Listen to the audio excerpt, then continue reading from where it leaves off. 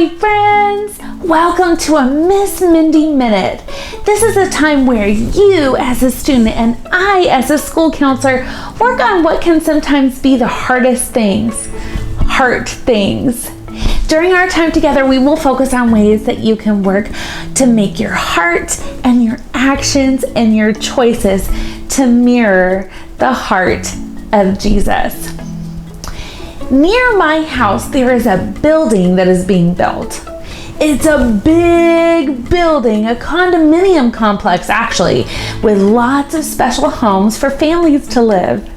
It's been under construction for over a year, and I've got to watch the builders construct it from the ground up. First, I saw them dig the foundation out with big dump trucks and diggers. Next, I saw them pour the concrete and erect the steel bars to hold up the foundation. They then started to build the walls and the floor. It was so exciting to see first one story built, then the second story was added. And I thought, this is really going to be a great building. However, one day I was in my house and heard a giant kaboom! The ground shook and the sound reverberated around my neighborhood. What was that? I wondered. Sure enough, come to find out, the building had partially collapsed. Something the builders had done in construction didn't hold. It was a weaker part and had broken, causing the part of the building to fail. Thankfully, no one was hurt, but I wondered what would happen to the building. Just like the condominiumplex, like the one that was by my house, our brains are under construction too. You see, ever since you were born, you've been building your brain from the ground up, learning how to talk, learning how to walk, learning how to count, learning your letters. You've been laying the foundation for all the school knowledge you're going to build on top of it. And it's exciting to see first your alphabet level, then your sight word tier, then your reading story, all coming together. You really are going to be a great reader, a great mathematician, or a great scientist someday. However, just like the building near my house, our brains have weak areas too. Sometimes we find that the areas of learning that are hard for us really don't come as easily. In those cases, we may feel like our learning is collapsing and that part of our brains is failing us. How do we handle it when that happens? Well, I'll tell you how the builders handled their building. After the collapse, those construction workers' brains had two options. The first was that they could have a never mindset. They could have chosen never to do that again and just give up. They could have said, this is too hard. I don't get it. I give up. They could have walked away from their building project and never come back. Oh well, we tried and it failed. Or option two is they could have a yet mindset. They could choose to try again. They could return to the building site and say, we don't have this figured out yet. They could learn from their mistakes and build a stronger, taller building. Which one do you think they did? Yes, you're right. They didn't give up at all. They showed up and gave it their all. They studied their mistakes and learned what to do better. They did some self-reflection to identify the weak areas in the building and created new ways to make them stronger. And then they practiced over and over until they got it right. And like the building under construction, our brain under construction gives us two options. The first, we can choose a never mindset and just give up. We can say, this is too hard. I don't get it. I give up. I'm never doing this again.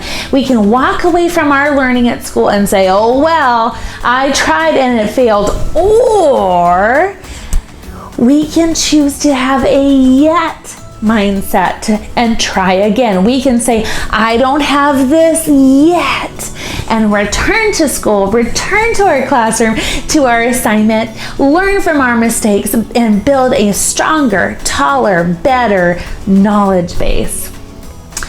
As the months went on with the building project, I started cheering for the construction workers. I thought, you can do it, you've got this. And the construction workers cheered themselves on and they said, we can do this, we've got this. This was different than other buildings they had built before because they had had some failure.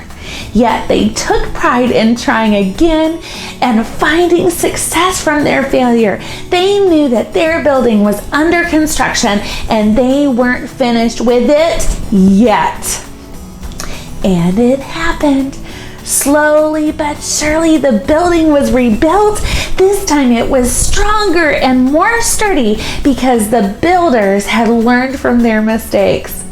They had made some tweaks and some adjustments, and now the building went up faster than before. The construction workers had confidence, and they knew what they were doing, and they were building faster and better. And finally, when the whole building was complete, it was such a success. Not because it was a new building, but because the town and the residents had seen how hard it had been to create it in the first place. They knew the builders could have had never mindsets and left that job site, and the building would have never been built. It would have just been a pile of bricks. Instead, because they had a yet mindset, the building was beautiful and tall and could house many special families within it. You know, the Bible talks about having a yet mindset in Romans 12 verse 2, and here's what it says. Be changed within by a new way of thinking. Then you will be able to decide what God wants for you, and you will be able to know what is good and pleasing to God and what is perfect. Let's work together to change our never mindsets to a yet mindset so we can become the beautiful beings God designs us to be. It's okay if we're not there yet. We're under construction. I like the song Kids Under Construction because it reminds us that God is working with us to change our hearts and minds to be amazing and beautiful, just like the building in our town. And here are the lyrics. It's a new version that you maybe haven't heard. Our Father and Builder has a master plan, and I'm His masterpiece. Let's follow after Jesus and always do our best, because I'm a work in progress and He's not finished with me yet. And then you know this part. He's still working on me. And He promises to be by my side in this process and help me to be all that I can be.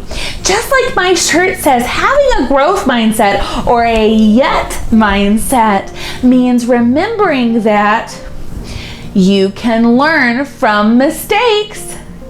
You can improve by working hard. You will never give up. You are determined to do your best.